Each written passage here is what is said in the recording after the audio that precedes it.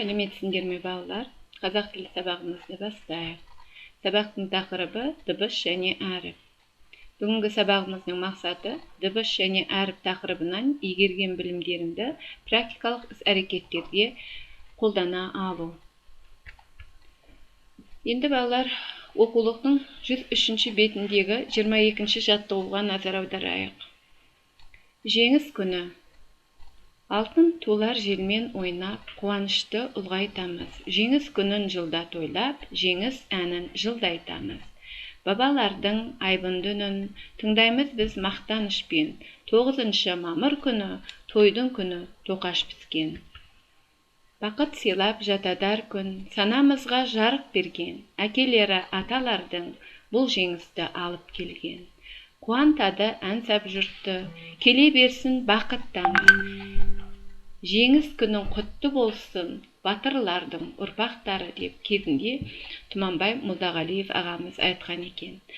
Енді балалар, осы өлеңді түсініп, оқып шығамызда, өлеңді тақырыбына қарап болжа. Өлеңді оқып, мазмұны бойынша лепті, сұраулы сөйлемдерді пайдаланып, 3-4 сөйлем құрап жазамыз балалар. Келесі 23-ші жаттығуға қарайық.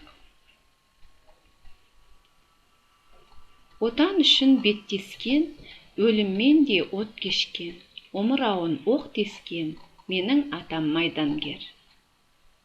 Енді осы жаттығуды жазуымыз керекпіз. Ол үшін өлеңді қатесін түзеп көшіріп жазамыз.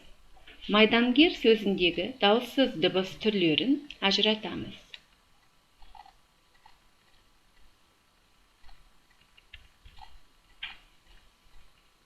24-ші жаттығу.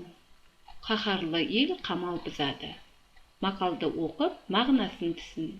Х дыбыстары бар сөздерді тауып, олардың айтылуы мен жазылуын есіңе түсіріп ой қорыт.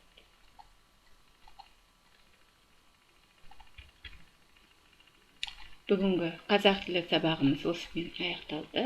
Назарларыңызға рахмет. Сау болыңыз.